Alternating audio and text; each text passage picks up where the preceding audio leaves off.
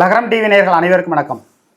இந்து அறநிலைத்துறையில் மிகப்பெரிய அளவுக்கு ஊழல் முறைகேடுகள் நடந்து கொண்டு இருக்கிறது என்பது சேகர்பாபு அவர்களுக்கு தெரியாமல் இல்லை. புதுக்கோட்டை மாவட்டத்தில் இருக்கக்கூடிய முத்துராமன் என்பவர் மிகப்பெரிய அளவுக்கு அரசாங்கத்திற்கு பொருளாதார இழப்பை ஏற்படுத்தக்கூடிய வகையிலே பல்வேறு ஊழல் முறைகேடுகளை செய்திருக்கிறார் என்று நம்ம தொடர்ந்து வெளியிட்டோம். புதுக்கோட்டை மாவட்டத்தை சார்ந்த எழுப்பூர் பகுதியில் இருக்கக்கூடிய பாப்ஜகான் அவர்கள் பல கட்டங்களில் முத்துராமன் ஒரு கொள்ளைக்காரன் என்றே நமக்கு பேட்டி கொடுத்துருக்காரு. நான் சொல்லலை, கொள்ளைக்காரன் என்று பாப்ஜகான் அவர்கள் பேட்டி கொடுத்திருக்கிறார். இந்து கோவில்களில் ஊழல் முறைகேடு நடக்குது, அதை தடுக்கப்பட வேண்டும், அரசாங்கத்திற்கு மிகப்பெரிய பொருளாதார இழப்பை ஏற்படுத்தி கொண்டிருக்கிறார் என்று பாப்ஜகான் என்பவர் பேட்டி கொடுத்திருக்கிறார். இப்போ புதுக்கோட்டையில் இருக்கக்கூடிய குளத்தூர் வட்டத்தை சார்ந்த கீழையூர் ஊராட்சியை சார்ந்த மலையடிப்பட்டி என்ற ஒரு கிராமம், அது ஒரு தனி அந்தஸ்து கிடைத்து தனி ஒரு ஊராட்சியாக வருவதற்கான அனைத்து தகுதியும் அந்த மலையடிப்பட்டி கிராமத்திற்கு இருக்கு. என்ன சொன்னால், அந்த பகுதியிலே மிகப்பெரிய அளவுக்கு பிரபலமாக ஜல்லிக்கட்டு நடத்திய ஒரு பகுதி மலையடிப்பட்டி. அதுபோல் ஊராட்சி ஒன்றிய துவக்கப்பள்ளி இருக்கிறது. அந்த துவக்கப்பள்ளிக்கு பாத்தியப்பட்ட இடம் 9 ஏக்கர் இருக்குது. அந்த 9 ஏக்கரில் ஒரு கல்லுக்குழி இருக்குது, அதை மூடிட்டு அதில் நடுநிலைப்பள்ளி ஒன்று உருவாக்க வேண்டும் அப்படிங்கிற ஒரு செய்தியெல்லாம் நம்ம தொடர்ந்து வெளியிடுறோம். நம்ம உண்மை செய்தியை ஊருக்கு உலகுக்கு அம்பலப்படுத்துகிற பொழுது நம்மை தீவிரவாதி என்பார்கள். சரி, சொல்லட்டும். ஏன்னா ஒரு விஷயம், இந்த புதுக்கோட்டை மாவட்டத்தில் இருக்கக்கூடிய மலையடிப்பட்டி என்ற கிராமத்தில் இருக்கக்கூடிய கண்ணிறைந்த பெருமாள் அப்படிங்கிற ஒரு கோயில் இருக்குது. அதாவது வீரசிங்கவர்மன் 1600 வருடங்களுக்கு முன்பாக மலைகளை குடைந்து ரெங்கநாதர் என்ற ஒரு சிற்ப உருவங்களை உருவாக்கி இறை வழிபாட்டை உருவாக்கினார்கள். அங்கே உள்ள மலைகளெல்லாம் நீங்கள் பார்த்தீங்கன்னா தூரத்துலேருந்து பார்க்கும்போது, ஏன் ஒரு 50 அடி தூரத்துலேருந்து 20 அடி தூரத்துலேருந்து பார்க்கும்போது ஒரு குண்டு மலை ஒன்று இருக்கும். அது கீழே விழுகிற மாதிரியே இருக்கும், ஒரு பயமாக இருக்கும். ஊசி மலை, குத்து மலை ஒன்று இருக்கும். அதெல்லாம் பெரிய வரலாறு, அதெல்லாம் சொல்லப்போனால் நீண்டு கொண்டே போகும். அப்படிப்பட்ட அந்த மலையடிப்பட்டி கண்ணிறைந்த பெருமாள் கோயிலில் ஒரு சொனை ஒன்று இருக்குது, பச்சை தண்ணி. அந்த தண்ணீரைத்தான் அந்த மலையடிப்பட்டி கிராமத்தை சார்ந்த, என்னுடைய சொந்த கிராமம் தான், அந்த கிராமத்தை சார்ந்தவர்கள் நாங்கள் அந்த தண்ணீரை தான் குடித்து வந்தோம். எடுத்துகிட்டு போய் வடிகட்டி அந்த சொனை தண்ணியில் சோறாக்குனா பழைய சாதத்துக்கு நல்லா இருக்குப்பாங்க. ஆனால் அதுவே சொனை பிடிச்சி பாசானா இருந்து ரொம்ப கிருமியெல்லாம் அதிகமாக தாகக்கூடிய ஒரு நிலைமை ஏற்பட்டுச்சு, பாதுகாப்பு இல்லாத ஒரு சூழ்நிலை. கிள்ளுக்கோட்டையில் மாவட்ட ஆட்சியர் மக்கள் குறை தீர்க்கும் நாள் வருது.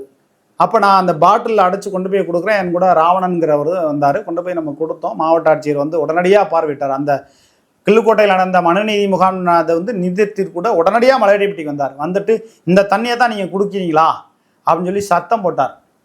சத்தம் போட்டுட்டு உடனடியாக அதுக்கு உண்டான தீர்வுகளை செய்து கொடுத்து விட்டு போனார். மாவட்ட ஆட்சியர்கள்லாம் இறைவனாக கடவுளாக கருதிய காலம் உண்டு.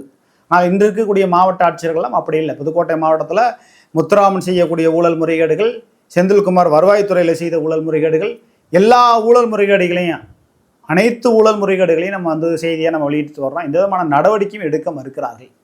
ஆனால் இந்த புதுக்கோட்டை மாவட்டத்தில் இருக்கக்கூடிய மலையடிப்பட்டி என்ற கிராமத்தில் இருக்கக்கூடிய இந்த கண்ணிறைந்த பெருமாள் கோவிலுக்கு புரட்டாசி மாதம் 3ஆம் கிழமை 4ஆம் கிழமை ஒரு கிரிவலப்பாதை மாதிரி நடத்துகிறாங்க. சாமியை ஊர்வலம் மாதிரி கொண்டு நடத்துகிறாங்க. அதுக்கு சிமெண்ட் சாலை அமைத்து தர வேண்டும் அப்படிங்கிற ஒரு இதை நம்ம தொடர்ந்து செய்தியாக வெளியிட்டு வரோம்.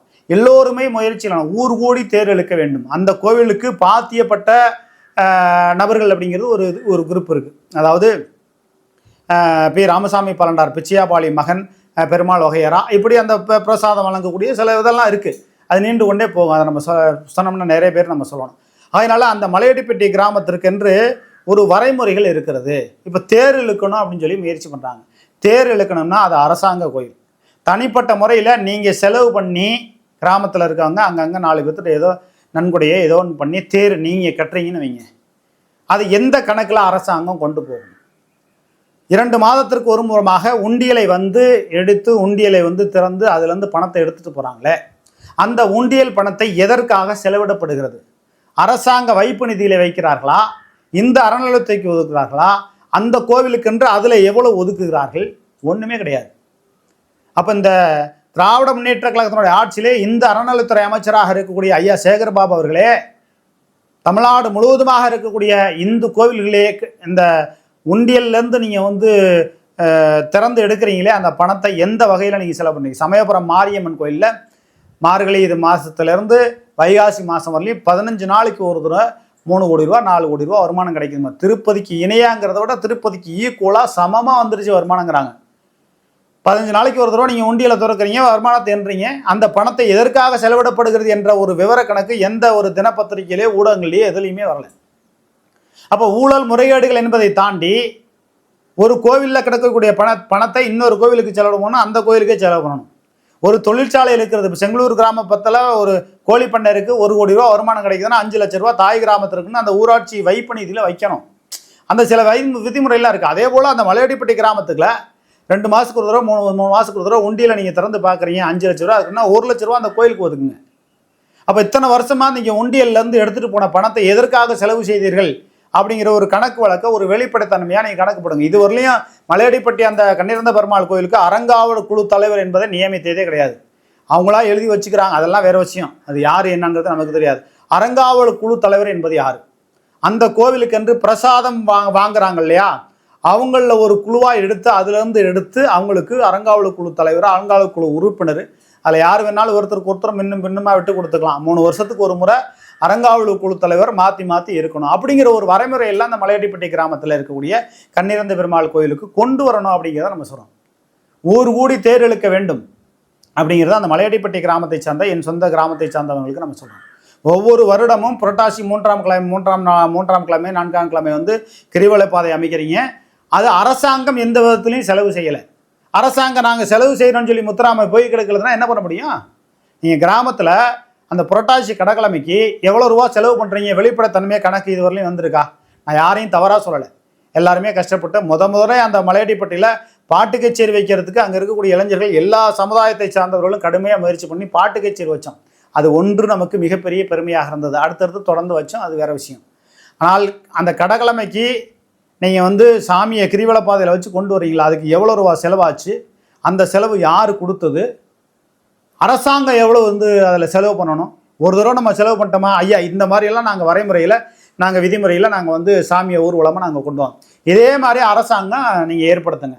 உண்டியல்லேருந்து பணத்தை எடுத்துகிட்டு போகிறீங்கள, அந்த உண்டியல் பணத்தை எங்களுடைய கோவிலுக்கு செலவு பண்ணுங்க அப்படின்னு அரசாங்கத்தை நாம் வலியுறுத்தணும். இதில் யாரையும் நான் எந்த இடத்துலையும் தவறாக சொல்லலை. ஒரு விஷயம், மலையடிப்பட்டி கிராமத்தை சார்ந்தவர்கள், அந்த கோவிலுக்கு வரக்கூடிய ஆயிரக்கணக்கான பக்தர்கள் எல்லோருமே தெரிந்து கொள்ள வேண்டியது, இந்த மலையடிப்பட்டி என்ற ஒரு கோவிலை வச்சு குறைஞ்சபட்சம் ஒரு 100 குடும்பம் 200 குடும்பம் பிழைக்குது. நல்லா இருக்கணும். எல்லோரும் ஒரு காலகட்டத்தில் நம்மலாம் கோயிலுக்கு போகும்போது எல்லாரும் நல்லா இருக்கணும், கடவுளே எங்கள் சித்தப்பா பெரியப்பா மாமே மச்சனை எல்லாரும் நல்லா இருக்கணும் அப்படின்னு வேண்டிக்கும். இன்னைக்கு காலங்கள் அப்படி கிடையாது. பக்கத்து வீட்டுக்காரன் நல்லா இருந்தால் பொறுக்காது அப்படிங்கிற நிலைமைக்கு தான் இன்றைக்கி உலகம் முழுக்க அப்படி மானுட பிறவிகளை இன்றைக்கி ஒருவர் புறந்தொல்லி அமுக்கி தள்ளி மிதித்து போகணுங்கிற லெவலுக்கு போயிடுச்சு. அப்படியெல்லாம் இல்லாமல் சகோதரத்துவத்தோடு இருக்கணும். எந்தெந்த கோவிலுக்கு யார் யார் பாத்தியப்படுதுன்னு அந்த காலத்தில் எழுதி வச்சுருக்காங்களோ அதை முறைப்படி பின்பற்றி போகணும். அதை மீறி நம்ம போகக்கூடாது. அதை மீறி போனோம்னா பல பிரச்சனைகள் வரும்.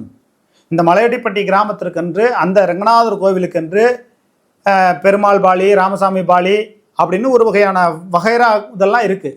அதனை வைத்து அறங்காவல் குழு நியமிக்க வேண்டும். அதனை பின்தொடர்ந்து மற்றவர்கள் போகணும். இப்போ சங்கிலி கருப்பு கோயிலுக்குன்னு ஒரு வரைமுறை இருக்குது, அதுக்குள்ளே நம்ம போக முடியாது. அதுபோல் ஒரு வரைமுறைகள்லாம் இருக்குது. அதனால் அந்த வரைமுறைகளோடு பின்பற்றி ஊர் கூடி சேர்ந்து தேர்தலுக்குண்டான வேலைகளை செய்ய வேண்டிய ஒழிய நான் தான் பெரியாள் நீ தான் பெரியாள் அப்படிங்கிற லெவலில் வேண்டாம். நமக்கு மேலே ஒருவன் இருக்கிறான், இறைவன்.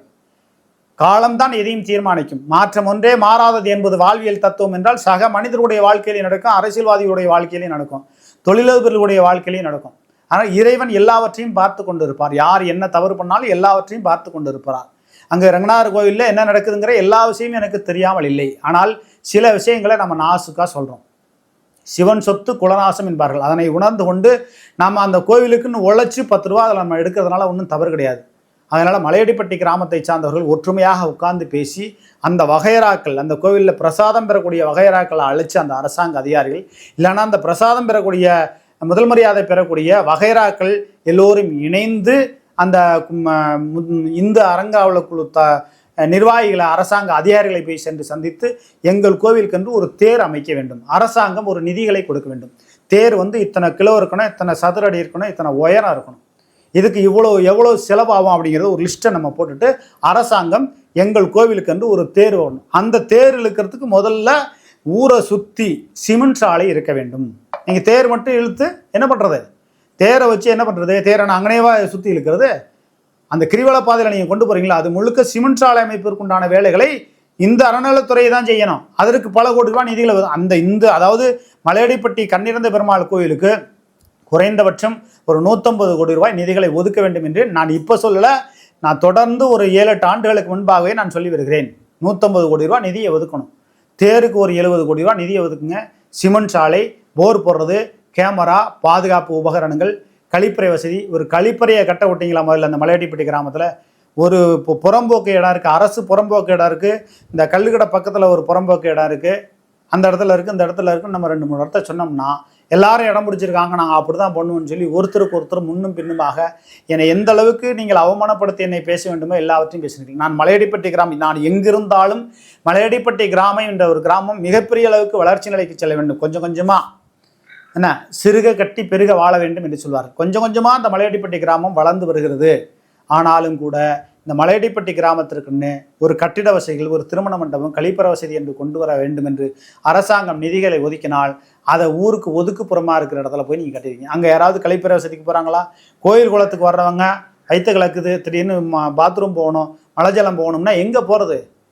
வாகனத்தை எடுத்துகிட்டு கீரனூர் தான் போகணும். அதனால் அப்படியான ஒரு சூழ்நிலை. இப்போ கோயிலுக்கு வரக்கூடியவங்க நம்மளை பார்த்து காரி துப்புற அளவுக்கு வச்சிடக்கூடாது. அந்த கழிப்பறை வசதியாக கல்லுக்கடை, நம்ம ஏற்கனவே கல்லுக்கடைலாம் திறந்த காலகட்டத்தில் அங்கே தான் கல்லுக்கடைன்னு சொல்லுவாங்க. செங்களூர் பேருந்து நிலையம், செங்களூர் பிரிவு சாலை அப்படின்னு அந்த இடத்துல கட்டணும் அப்படின்னு சொன்னதுக்கு என்னை எந்த அளவுக்கு கேவலமாக இழிவாக பேசுனீங்க. சங்கிலியர்ப்பு கோயிலுக்கு வடக்கால கட்டணும்னு சொன்னதுக்கு அதுவும் முடியாதுன்னு சொல்லி அது ஒரு தரப்பினர் பேசுனீங்க. எல்லாத்தையும் நம்ம பொறுத்துக்கிட்டு யார் திட்டினாலும் பொறுமையாக இருக்கிறோம்னா எல்லாரும் நம்ம அங்கம் பங்காளி மாமா மச்சனை திட்டட்டும் அப்படின்னு நம்ம பொறுமையாக இருக்கும். ஆனாலும் கூட ஒரு எல்லைக்கு மேலே என்னால் பொறுத்து கொள்ள முடியாது. செய்யக்கூடிய எல்லா வகையிலையும் பொறுத்து கொண்டு இருக்க முடியாது. அந்த மலையடிப்பட்டி ரங்கநாதர் கோயிலில் ஆரம்பத்திலேருந்து இன்று வரை என்னென்ன நடந்துச்சுன்னு எனக்கு தெரியும். ஒவ்வொன்றா அவுத்து விட முடியும். அது வேண்டாம். நம்ம கோவில் வளர்ச்சி அடையணும். அந்த மலையடிப்பட்டிங்கிற கிராமம் கிளையூர் ஊராட்சி அப்படிங்கிற லெவலில் இருக்கும்போது அதுலேருந்து பிரிஞ்சு மலையடிப்பட்டி ஊராட்சி அப்படிங்கிற ஒரு லெவலுக்கு வரணும். மலையடிப்பட்டியிலேருந்து ஒருத்தர் ஊராட்சி மன்ற தலைவராக வரணும். நாளைக்கு அந்த ஊராட்சியில் நான் தலைவராக வரலாம், நீங்கள் தலைவராக வரலாம், ராமசாமி, சுப்பிரமணியம், யார் வேணாலும் தலைவராக வரலாம். அது ஒன்றும் இல்லை. ஆனால் மலையடிப்பட்டிலேருந்து ஒருத்தர் தலைவர் ஆகணுங்கிறது எனது நீண்ட நாள் ஆசை. ஏன்னா அதனால் மலையடிப்பட்டி கிராமத்தை சார்ந்தவர்கள் இந்த ஒற்றுமையோடு இருந்து அந்த தேர் கொண்டு வர்றதுக்கு உண்டான வேலைகளை பார்க்கணும். நான் ஆரம்பத்திலே சொல்லிட்டேன், தேர் எத்தனை கிலோ, எவ்வளோ உயரம், எவ்வளோ அகலம், இதெல்லாம் குறிப்பிட்டு நம்ம அந்த தேர் செய்வாங்க இல்லையா, அவங்கள்ட்ட நம்ம ஒரு கணக்கெடுத்து இவ்வளோ ரூபா அதில் செலவாகும். அரசாங்கம் இதில் நிதி கொடுக்கணும், முழு தொகையும் அரசாங்கம் கொடுக்கணும் அப்படின்னு சொல்லணும். அப்படி நன்கொடை பல தொழிலதிபர்கள்கிட்ட யார்கிட்டயோ வாங்கினாலும் அது தனிப்பட்ட முறையில் நானோ நீங்களோ வாங்கக்கூடாது. அதை அரசாங்கத்துடைய கணக்கில் வச்சு அவங்க நேரடியாக கொடுக்குற மாதிரி வச்சுக்கணும். அப்போ தான் எந்த விதமான பிரச்சனையும் இருக்காது. அதுபோல் தேர் செய்யறதுக்கு உண்டான அத்தனை வேலைகளும் நடந்துகிட்டு இருக்கணும். அதே போல் கிரிவலை பாதை சுற்றி சிமெண்ட் சாலை அமைப்பதற்கு உண்டான வேலைகள் நடக்கணும். பாதுகாப்பு கவசங்கள், அதாவது பாதுகாப்பு இருக்கணும். காணொளி வீடியோ கேமரா இருக்கணும். அதுபோல் கழிப்பறை வசதிகள் இருக்கணும், பூங்காக்கள் அமைக்கணும். இதுக்கு எல்லாம் சேர்த்து அரசாங்கம் ஒரு 150 கோடி ரூபா ஒதுக்கணும். அதே மாவட்டத்தில் 2 அமைச்சர்கள் இருக்குல்ல, மெய்யநாதன் அமைச்சர் இருக்காரு, சட்டத்துறை அமைச்சர் ரகுபதி இருக்காங்க. 2 அமைச்சர்கள்ட்ட பேசுவோம். 150 கோடி ரூபா சர்வசாதாரணமாக ஒதுக்கலாம். அதை விட்டுட்டு தேர் இழுக்கிறான், நம்மளா சேர்ந்து தேர் இழுக்கிறான் அப்படின்னா கிரிவல பாதையில் சரியாக முறையாக இல்லாமல் புரட்டாசி கடற்கிழமைக்கு நம்மளா சாமி எடுத்துகிட்டு வரோம் இல்லையா, அது எல்லாமே நம்ம கணக்கிலேயே வந்துடும். நம்மளே வசூல் பண்ணி நம்மளே, அது அரசாங்க விதிக்குள்ளே வராது. எப்படி நாம் தமிழர் கட்சியில் இருக்கக்கூடிய சீமான் வெளியில் கத்திட்டு இருக்காரு, சட்டசபை அவைக்குள்ளே அவர் பேசுனது ஒருபோதும் அவை குறிப்பிலே வராது. சீமான் பேசுகிறதோ விஜய் பேசுகிறதோ யார் பேசுகிறதும் வெளியே உள்ளே வராது, சட்டசபை அவைக்குள்ளே வராது. அதுபோல் இந்த கிரிவல பாதையில் நடக்கக்கூடிய அந்த சாமி ஊர்வலம் கொண்டு வர்றது, தேர் இழுக்கிறது, இதெல்லாம் அரசாங்க நிதியிலிருந்து செய்யணும். நாம் சப்போர்ட்டுக்கு நிற்கணும். அந்த வகைராக்கள், அந்த பரிகாரம் வாங்குறவங்க, பட்டம் வாங்குறவங்க, அவங்களாம் அந்த கொஞ்சம் கூடுதலாக இருந்து அதுக்கு ஒத்துழைப்பு கொடுக்கணுமே ஒழிய நம்ம எடுத்து செஞ்சோம்னா அது தனியார் கோயிலுக்கு சமமாக போய்விடும். தனியார் கோயிலாக இருந்தால் அதுக்கு பெரிய அளவுக்கு எந்த விதமான இதுவும் அரசாங்கம் கடைசி வரை நிதிகளை ஒதுக்காது. இவங்களே செலவு செய்கிறாங்க, நம்ம ஒரு பொய் கணக்கு எழுதி சாப்பிட்டு போயிடும்னு சொல்லி முத்துராமன் போன்றவர்கள், நான் சொல்லலை, பாப்ஜகான் என்ற ஒருவர் சொல்லியிருக்கிறார் முத்துராமன் கொள்ளைக்காரன் என்று. ஆகையினால நமது மலையடிப்பட்டி கிராமத்தை சேர்ந்தவர்கள் நன்றாக புரிந்து கொள்ளுங்கள். ஊர் கூடி சேர்ந்து இருக்கணும். அது தனியார் கோயில் கிடையாது, அரசாங்க கோயில். நம்ம தேருக்கு இவ்வளவு செலவாகும், பூங்கா அமைக்கணும், தார் ரோடு அமைக்கணும், இவ்வளவு செலவாகுங்கிற ஒரு லிஸ்ட்டை எடுத்துகிட்டு போயிட்டு நம்ம கொடுக்கணும். 2 அமைச்சர்களை பார்க்கணும். இவ்வளோ வேலைகள் இருக்குது அப்படிங்கிறத மலையடிப்பட்டி கிராமத்தை சார்ந்த சக நண்பர்களுக்கும், சமூக ஆர்வலர்களுக்கும், பொதுமக்களுக்கும், விவசாயிகளுக்கும் நான் தெரிவிச்சுக்கிறேன். தயவு செய்து அரசாங்க கட்டிடம் கட்டுவதற்கு இடம் ஒதுக்கினால், அதாவது ஒரு கட்டடம் கொண்டு வந்தால் அதுக்கு புறம்போக்கு இடத்தை விட்டு கொடுங்கள் அப்படிங்கிறத சொல்கிறோம். நீங்கள் விட்டு கொடுக்காமல் இருந்தால் கெட்டு போவீர்கள் என்பதை தாண்டி அந்த வேலைகளை நீங்கள் தொடர்ந்து செய்தால் பழையடிப்பட்டியில் அரசு புறம்போக்கு இடங்கள் எவ்வளவு இருக்கிறது என்று ஒரு கணக்கு எடுத்து ஒட்டுமொத்தமாக நம்ம மாவட்ட ஆட்சியர்கிட்ட கொடுக்கக்கூடிய நிலைமை வரும். யாரும் வருத்தப்பட வேண்டாம்.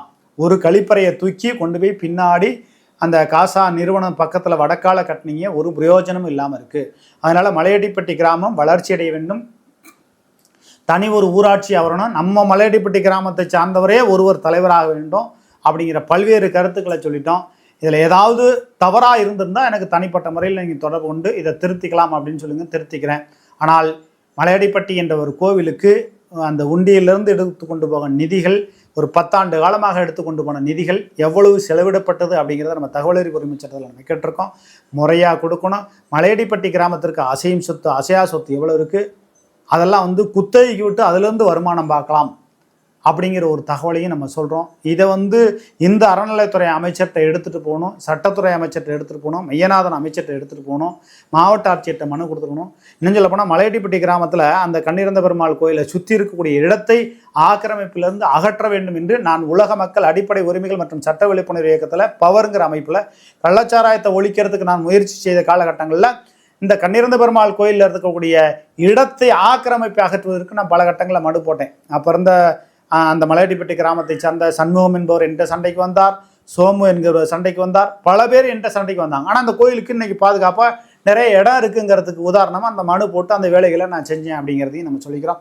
மலையடிப்பட்டி கிராம மக்கள் ஒன்று கூடி நம்ம நின்றோம்னா நிச்சயமாக மலையடிப்பட்டி கிராமம் தனி ஊராட்சியாக வரும், கிரிவலப்பாதை கிடைக்கும், தேர் கிடைக்கும், பல்வேறு விஷயங்களுக்கு ஒன்று கூடி வாழ்ந்தால் கோடி நன்மை அப்படிங்கிற செய்தியை நம்ம தொடர்ந்து வெளியிட்டு கொண்டு இருக்கிறோம். இந்த செய்தியை ஊருக்கு உலகுக்கு பெரிய அளவுக்கு நீங்கள் நிறைய பேர்த்துக்கு பகிருங்கள். நன்றி, வணக்கம்.